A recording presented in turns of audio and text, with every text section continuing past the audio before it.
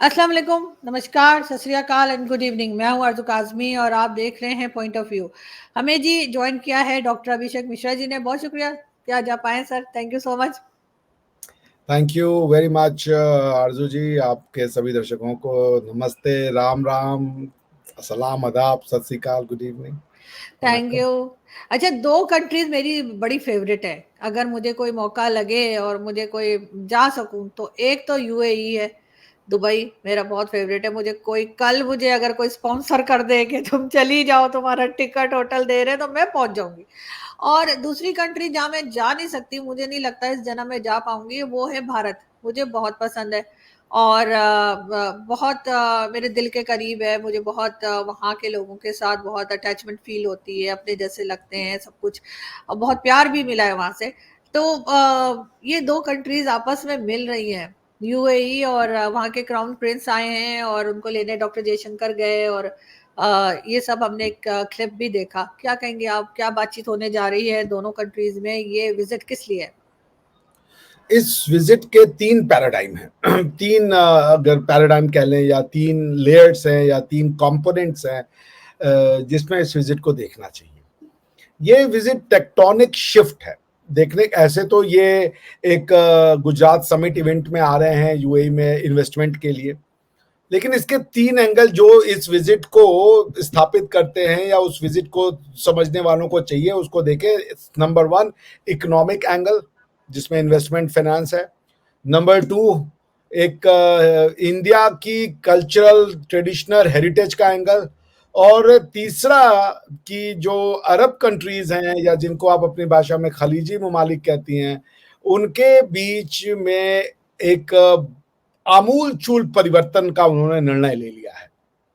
तो हम रिवर्स में चलते हैं। पहला, कि अरब कंट्रीज में ये आमूल चूल परिवर्तन क्या है। ठीक है। नंबर वन, जब भारत में आर्टिकल 370 को हटाया गया, article 370 Vestige of division of India था जम्मू एंड कश्मीर में।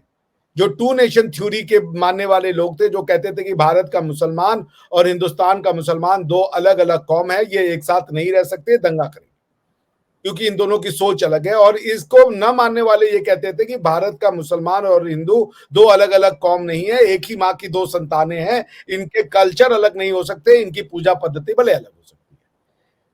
तो जब 370 को हटाया गया तो अरब ममालिक के पास या अरब कंट्रीज के पास ऑप्शन था कि वो इंडिया के अगेंस्ट में खड़े हो जाते कि भाई ये तो एक इस्लामिक बहुल इलाका है इंडिया का, और आप ये कर रहे हैं, हम आपके साथ नहीं है, हम तो पाकिस्तान के साथ है। उन्होंने उल्टा किया, उन्होंने वहां पे एमआर को भेजा और कहा जाके मॉल खोलो वहां पे। कश्मीर के में इस्लामिक आतंकवाद ने या रेडिकलिज्म ने, इस्लामिक जिहाद ने वहां पे डेवलपमेंट का सारा रास्ता बंद कर दिया था। वो वहां पे फिल्म बंद कर दिए गए थे, सिनेमा हॉल बंद कर दिए गए थे, टूरिज्म बंद कर दिया गया था, मंदिरों में दर्शन करना बंद कर दिया गया था, सारी घटनाएं बंद कर दी गई थी। इवन एनआईटी में एक बार इंडिया पाकिस्तान का मैच हो रहा था, बच्चे इंडिया की विक्ट्री को सेलिब्रेट करना चाहते थे, तो वहां के लोकल गुंडों ने आके मारा था। ये हालत थी इस्लामिक एक्सट्रीमिज्म की। लेकिन यूएई के क्राउन प्रिंस आए और उन्होंने भारत के मोदी जी को फोन किया, और भारत ने of course behind the scenes, और उन्होंने डिसाइड किया नहीं, अरब अब एक ह्यूमैनिटेरियन या ह्यूमैनिटी की तरफ जाएगा। वो इस्लामिक ममालिक से के अलावा वो एक इंसानी ममालिक भी बनेगा। धीरे धीरे वर्ल्ड यूनिवर्सैलिटी की तरफ जा रहा है। यूनिवर्सैलिटी का मतलब है human values which are common and which is common to entire humanity.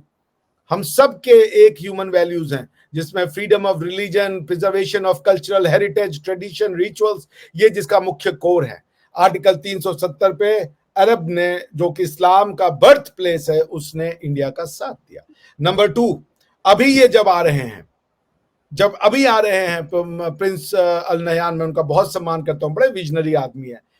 ये तब आ रहे हैं जब 22 जनवरी को राम मंदिर का उद्घाटन होना है आरजू जी। इसकी आप सिग्निफिकेंस समझिए।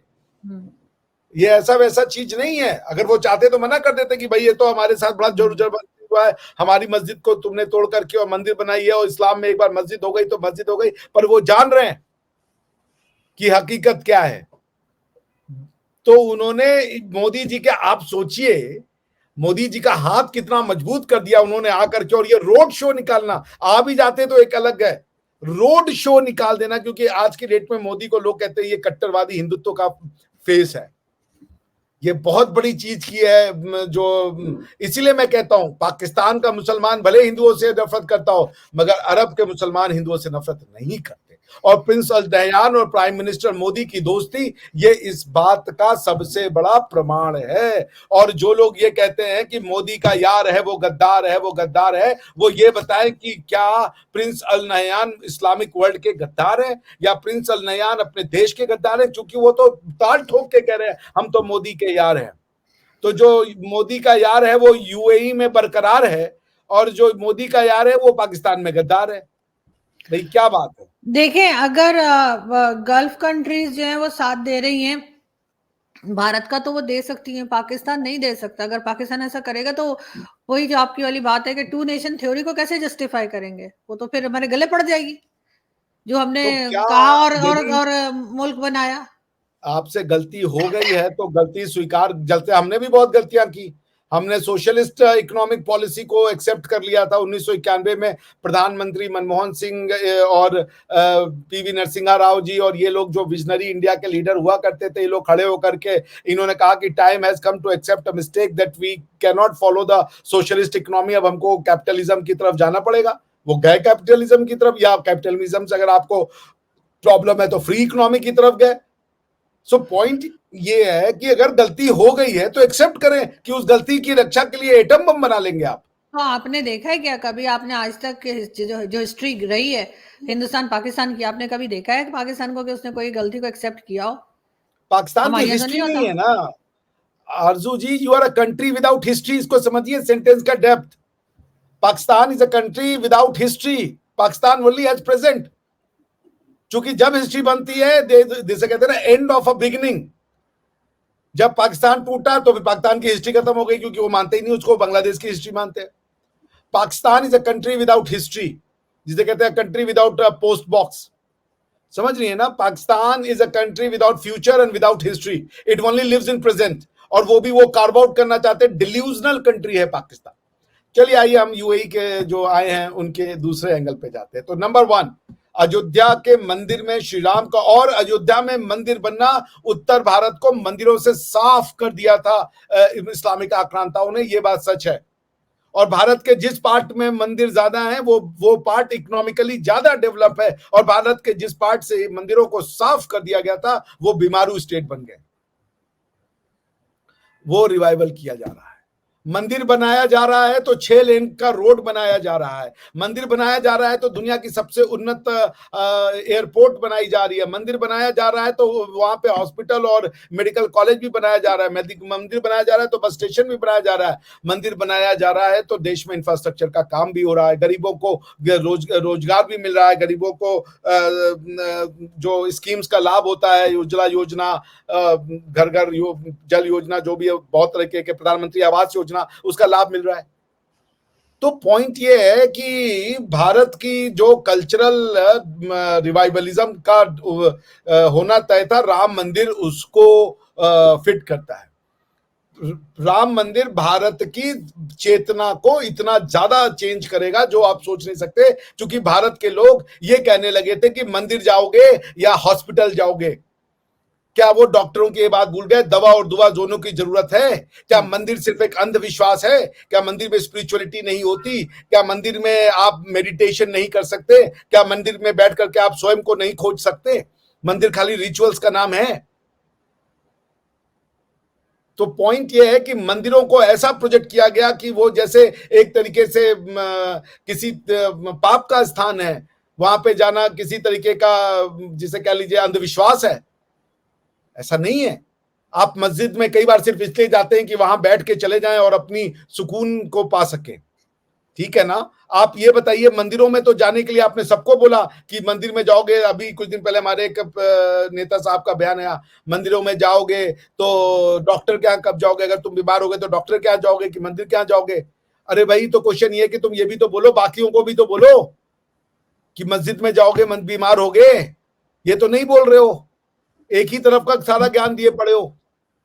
तो ये जो आए हैं क्या नाम है, अल नाह्यान साहब, उन्होंने ये बात कह दी कि राम मंदिर का मतलब भारत की कल्चरल हिस्ट्री को हम एक्सेप्ट करते हैं और उसको रिवाइव होने में हमें कोई ऑब्जेक्शन नहीं है। भारत की इस्लामिक आइडेंटिटी नहीं हो सकती। इस्लाम भारत में फ्रीली प्रैक्टिस तो किया जा सकता है, बट इस्लाम हमारा आइडेंटिटी नहीं हो सकता। जैसे कजाकिस्तान में इस्लाम 70-80% लोग प्रैक्टिस जरूर करते हैं, बट उनकी आइडेंटिटी इस्लाम नहीं है। उनकी आइडेंटिटी उनका नोमैड पना है, उनकी आइडेंटिटी उनकी कजाक लैंग्वेज है, उनकी आइडेंटिटी उनका कजाक खाना है, उनकी आइडेंटिटी उनका कजाक कपड़ा है, कजाक सोचना है। रिलीजन को मानना अलग चीज है, वो आपकी आइडेंटिटी नहीं बन सकती। भारत में इस्लाम का स्वागत है, इस्लाम आप जिसको मानना है प्रैक्टिस करे, कोई दिक्कत नहीं है, मगर इस्लाम एक आइडेंटिटी नहीं है हमारी। हमारी आइडेंटिटी राम मंदिर है, हमारी आइडेंटिटी भगवान बुद्ध है, हमारी आइडेंटिटी रामकृष्ण परमहंस है, हमारी आइडेंटिटी गुरु नानक देव जी हैं, गुरु गोविंद सिंह जी हैं, ऋषभ देव महाराज हैं। आप आइए, आपको अगर इस्लाम प्रैक्टिस करना है, आपका स्वागत है इंडिया में, आप खुलेआम प्रैक्टिस कीजिए। मैं अपने घर से आपको बैठा के ले चलूंगा, नमाजें पढ़वाऊंगा, आपके लिए मस्जिद भी खोल के दूंगा मैं। लेकिन आप ये कहें कि भारत की वो आइडेंटिटी है, आप भारत की कल्चर को गंदा कहें और गाली दे, ये अनएक्सेप्टेबल है। दूसरे पे आते हैं, तो ये भारत का रिवाइवलिज्म हो गया। 500 साल पहले का क्लॉक, जो गलती की थी उज्बेक आक्रांताओं ने, वो गलती सुधार दी गई। अच्छा, उज्बेकों को दर्द नहीं है? बाबर की तो संतानें नहीं आ रही है वहां से कि भैया उज्बेकिस्तान के प्रधानमंत्री ने फोन कर दिया, हेलो ये क्या हो रहा है भाई, वो नहीं बोल रहे। हिंदुस्तान पाकिस्तान के मुसलमान अलग दर्द हो रहा है, और पाकिस्तान के और मुसलमान का तो कोई पावर ही नहीं है। उसने तो जब से पाकिस्तान बना है, सिवाय जिसे कह लीजिए फेलियर्स के, कुछ नहीं देखा। देश बनाया, फेल हो गया, इकोनॉमी बनाई, फेल हो गई, सोसाइटी और कौम बनाने की कोशिश की, फेल हो गई। पहले बनाए कि एक कौम बनाएंगे, सब पाकिस्तानी हो जाओ, फिर कह रहे अब सूबा बनाएंगे, कभी इस्लाम भी चाहिए, जमहूरिया भी चाहिए, तो you have become a laughing stock of the world. चलिए, दूसरा एंगल जो मैं कहता हूं कि पहला इकोनॉमिक था, तीसरा कल्चरल था, दूसरा मैं दिमाग से हो गया। चलिए इकोनॉमिक पे बात कर लेते हैं।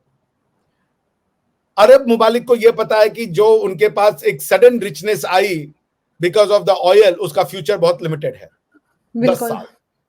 आने वाला समय ऑल्टरनेटिव एनर्जी की ओर बढ़ चुका है। ऑल्टरनेटिव एनर्जी में ऑलरेडी बहुत सारी एनर्जी खो चुकी है। The only problem that alternative energy, जो मेरी जानकारी है, वो फेस कर रही है, वो है स्टोरेज ऑफ एनर्जी। जिस दिन स्टोरेज ऑफ एनर्जी आ गई, खेल खत्म हो जाएगा फॉसिल फ्यूल का। फॉसिल फ्यूल का जो प्रेजेंट यूसेज है वो 10 से 20% रिड्यूस हो जाएगा। शायद गाड़ियों के कुछ हद तक रह जाए, या गाड़ी भी न चले कुछ कुछ इलाकों में ही, क्योंकि हमारे यहाँ तो अभी से हाइब्रिड इलेक्ट्रिक व्हीकल्स आने शुरू हो गए, ठीक है ना। तो पॉइंट क्या है कि जब वो आ रहे हैं भारत में, तो वो भारत में सिर्फ इस्लामिक दृष्टिकोण से नहीं आ रहे हैं, वो भारत में आ रहे हैं। भारत अरब की जो हजारों साल का ट्रेड है, क्योंकि मेसोपोटामिया के साथ इंडिया के ट्रेड हुआ करते थे, हम मेसोपोटामिया के कल्चर और सिविलाइजेशन का बहुत सम्मान करते हैं और उसको बहुत आदर भरी नजरों से देखते हैं। तो वो मेसोपोटामियन सिविलाइजेशन को भी रिप्रेजेंट कर रहे हैं। इस्लाम उनका कल्चरल आउट व्यू हो सकता है, इस्लाम उनका वर्ल्ड व्यू नहीं हो सकता है। इस्लाम उनका इंटरनेशनल रिलेशंस का पॉइंट, वो डायरेक्टिव नहीं हो सकता है। पाकिस्तान इस्लाम को इंटरनेशनल रिलेशंस का बेसिस बनाता है, लेकिन अल नाह्यान साहब जो हैं, उन्होंने इकोनॉमिक्स को इंटरनेशनल रिलेशंस का बेसिस बनाया। जिस दिन पाकिस्तान इंटरनेशनल रिलेशंस का बेसिस इस्लाम को छोड़ करके इकोनॉमिक्स को बनाएगा, भारत के उसके साथ घनिष्ठतम दोस्ती होगी, क्योंकि कोई भी एक कॉमन सेंस का इकोनॉमिस्ट ये बताएगा कि आपकी इकोनॉमिक्स ग्रो ही तभी करेगी जब भारत के साथ आपके संबंध नॉर्मल होंगे। सो इकोनॉमिक्स, वो आ रहे ट्रेड करने, डेवलप करने, इन्वेस्ट करने, उनको पता है कि इंडिया का फ्यूचर है। दूसरा वाला जो था वो इकोनॉमिक, वो है, मैं भूल गया। तो देखिए टूरिज्म, हाँ टूरिज्म जी, टूरिज्म भी एक बहुत इम्पोर्टेंट फैक्टर है इसमें। और यूएई में आप जानते हैं कि किस तरह से टूरिज्म होती है, कैसे प्रमोट करते हैं वो। और बहुत उनका जो दुबई जो है, अगर हम उसकी बात करें तो काफ़ी उनका खर्चा जो है वो उसी से निकलता है। बहुत लोग जाते हैं, बड़ी सिक्योरिटी है वहाँ पे, हर चीज़ है। और भारत में भी अब टूरिज्म को ज़्यादा प्रमोट किया जा रहा है। पहले भी होता था, बल्कि मैं तो अपने इससे पहले कई शोज में कह चुकी हूँ कि पाकिस्तान को भी जो है वो यहाँ पे सिक्योरिटी सिस्टम को सही करना पड़ेगा, ताकि वो टूरिज्म के जरिए भी कुछ कमाया जा सके, कुछ टूरिस्ट यहाँ पर आए। देखिए, पाकिस्तान का सिक्योरिटी सिस्टम ठीक नहीं हो सकता। उसका रीजन है कि आपको सिक्योरिटी का प्रॉब्लम ही नहीं पता है। आप नहीं समझ, जैसे ना जब इंडिया दुनिया को जाके बताता है यार आतंकवादी एक सिक्योरिटी का प्रॉब्लम है, तो उस समय वो लोग हंसते थे कि यार लॉ एंड ऑर्डर का प्रॉब्लम है, तुम्हें अपने लोगों को गवर्न करने नहीं आता, पॉलिटिक्स नहीं आती है, तुम्हारे यहाँ ये हो रहा है, वो हो रहा है। अब टेररिज्म एक डिस्टिंक्ट ऑफेंस और डिस्टिंक्ट पॉलिटिकल प्रॉब्लम हो गया, जो हम 25 साल पहले कहते, सारा यूरोप अब वो आज मिलकर कह रहा है। आपके यहां सिक्योरिटी का प्रॉब्लम नहीं है, आपके यहां आइडियोलॉजी का प्रॉब्लम है। सिक्योरिटी का प्रॉब्लम मतलब है कि कोई आदमी, कोई मान लीजिए वो है गैंगस्टर है, गैंगस्टर से डील करने के लिए लॉ बना देंगे आप। वो जिस चीज में गैंग अपना बना के बैठा है, यदि वो कोई ड्रग्स की स्मगलिंग करता है, सोने की स्मगलिंग करता है, आप उसको लॉ से डील कर लेंगे, पुलिस का एक्शन करके क्रैक डाउन कर लेंगे। बट आप आइडियोलॉजी से कैसे डील करेंगे? आपका सिक्योरिटी प्रॉब्लम नहीं है, द आइडियोलॉजी क्रिएट्स रिफ्ट्स। एक दूसरे को बर्दाश्त न कर पाने को सिक्योरिटी प्रॉब्लम नहीं कहते हैं, आइडियोलॉजिकल प्रॉब्लम कहते हैं। यदि मैं आपको गोली इसलिए मार रहा हूं क्योंकि मुझे आपकी एग्जिस्टेंस से नफरत है, तो ये आइडियोलॉजिकल प्रॉब्लम है, सिक्योरिटी प्रॉब्लम नहीं है। क्योंकि ऐसे में आप किसको किसको वो देंगे सिक्योरिटी? सही। आपके दिमाग में क्या चल रहा है, इसको आइडेंटिफाई करने के लिए कोई अभी तक गन नहीं बनी है। तो stop calling it a security problem. No police and military in the world can tackle the problem that you are having, because it is not at all a security problem. It is essentially an ideological problem. हर आदमी अपनी ideology को अलग तरीके से समझ रहा है। हर आदमी अपने आप को, जो उसको एक ही चीज समझ में आती है, अपनी बात को मनवाने का एक तरीका है प्रदर्शन ऑफ फोर्स। जो होगा वो 1 लाख लोग को लेके सड़क पे आ जाएगा, क्योंकि उसको ये समझ में आता है। वो ये तुरंत कहना शुरू देगा, एनु एनु वट दो, तो एनु हर चीज की एक ही सजा, सरतन से जुदा, सरतन से जुदा। कोई भी मसला हो रहा है, एक ही सॉल्यूशन है, सरतन से जुदा। लेकिन ये चीज तो सिर्फ हिंदुस्तान पाकिस्तान के मुस्लिम्स कह रहे हैं ना, ये सरतन से जुदा मैंने कभी गल्फ कंट्रीज में किसी को कहते नहीं बिल्कुल गलत कह रही हैं आप। पेरिस में जो वो स्कूल टीचर था, उसका सर तन से ही तो जुदा किया गया ना। ISIS तो गला रगड़ के काटता था। मगर देखें, मैं यही कह रही हूँ ना कि ये इस तरह की बातें जो है वो ज्यादा आपको हिंदुस्तान पाकिस्तान के मुस्लिम्स में ही मिलती है। आपको ये चीज गल्फ कंट्रीज में, सऊदी अरब में या दूसरी कंट्रीज में, वहां पे तो इस किस्म के नारे मैंने नहीं वहां सुने। पे नारा नहीं ले सकते, क्योंकि ये लेजिटिमेट वे ऑफ एक्शन है। हमारे यहाँ गला काटना अपराध है, उनका गला काटना लीगल रूप से एक दंड है। वो चौराहे पे आपका गर्दन काटते हैं, आपको डराने के लिए कहते हैं ये एक लेजिटिमेट शरिया प्रिंसिपल है। हमारे यहाँ आपको आंख बंद करके फांसी की सजा दे देते हैं, गर्दन नहीं काटते। तो लोगों को ये है कि अगर गर्दन काटोगे तो टेरर ज्यादा होगा, डर ज्यादा होगा, लॉ ज्यादा मानेंगे लोग। तो जहां पे गर्दन काटना जब अलाउड है, तो आप उस कहां से कहेंगे कि सर तन से जुदा, सर तन से जुदा? क्योंकि वहां तो हर दूसरे दिन सर तन से जुदा हो रहा है भैया। आप समझ रही है ना? बल्कि अगर आप वहां रहे तो आपको ये लोहे का नेकलेस इतना बड़ा पहनना पड़ेगा कि कहीं आपको कोई लेके ना चला जाए सर तन से जुदा। तो ये जो प्रॉब्लम है, इसको सिक्योरिटी प्रॉब्लम करना बंद कर दीजिए, वरना तो स्वात में हुआ क्या हो गया, स्वात में प्रॉब्लम सॉल्व हो गई मिलिट्री एक्शन से। जरबे अज़्म तो बहुत बड़ा आपने सॉल्व किया, तो हो गया, जरबे अज़्म खत्म हो गया, प्रॉब्लम सॉल्व हो गई। अब वो TTP आ गया है। मुझे आपकी बात से एक बात याद आ रही है। मेरे एक बड़े अच्छे दोस्त हैं, इंडियन फ्रेंड है मेरे, और उनको एक जमाने में पाकिस्तानी कहते थे, हम तुम्हारी गर्दन काट देंगे, हम सर तन से जुदा, ये वो। तो वो मुझसे बात कर रहे थे, कहने लगे कि उन्होंने अपने किसी दोस्तों को बताया कि पाकिस्तान से इस किस्म की थ्रेट्स आ रही हैं। तो उनके दोस्त जो थे वो भी ऐसी दोस्त थी जैसे मेरे दोस्त भी बड़े मतलब अजीब किस्म के दोस्त है ना, मतलब। तो वो कहने लगे वो तो सही है, फिर तुम खाना कैसे खाओगे अगर तुम्हारे हाँ।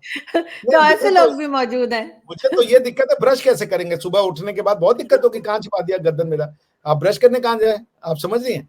Basically let me tell you, जब हम बच्चे थे तो लॉ में जब मैं पढ़ा था, तो हमने क्रिमिनल लॉ में केस पढ़ा, ठीक है। उसमें क्या हुआ, उस मेंटल इंसैनिटी को एज अ डिफेंस पढ़ा रहे थे बच्चों को। तो हम लोग बच्चे थे, हम लोग को पढ़ाया गया mental insanity can be an exception for a criminal liability.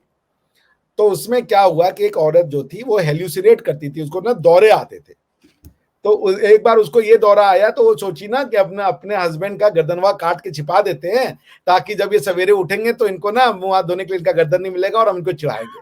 तो वो सीरियसली में ये कर डाली। वो सुबह उठ के बोल रही है कि उनकी गर्दन वहां छिपाई, उनको बताना मत, बताना मत। तो उनको कौन बताए कि अब वो चले गए भैया? सोए थे तो पति थे, उठे तो देव हो गए वो। आप समझ रही है? तो ये कहाँ की थी, ये कहाँ की स्टोरी है ये? इंडिया के किसी गांव की स्टोरी। ऐसे आपको दुनिया भर में ऐसे केसेस मिल जाएंगे। अच्छा। ये प्री इंडिपेंडेंस का केस। ऐसे ये डेल्यूजनल हेल्यूसिनेशन होता है लोगों को, सिजोफ्रेनिक हो जाते हैं लोग, उनको हेल्यूसिनेशन होने लगते हैं। तो वो ना वो लड़की वो बाहर बैठ गई और उसके बाद वो नॉर्मल हो गई। उसके बाद वो ना उसको याद ही नहीं आ रहा था कि वो क्या की है। अजीब सो बात है। ये तब से हम लोग अपने स्कूल में ये जोक बनाते थे, यूनिवर्सिटी डेज में हम लोग जोक बनाते थे कि भाई छिपा देंगे गर्दन सवेरे, ब्रश करने को तरसोगे।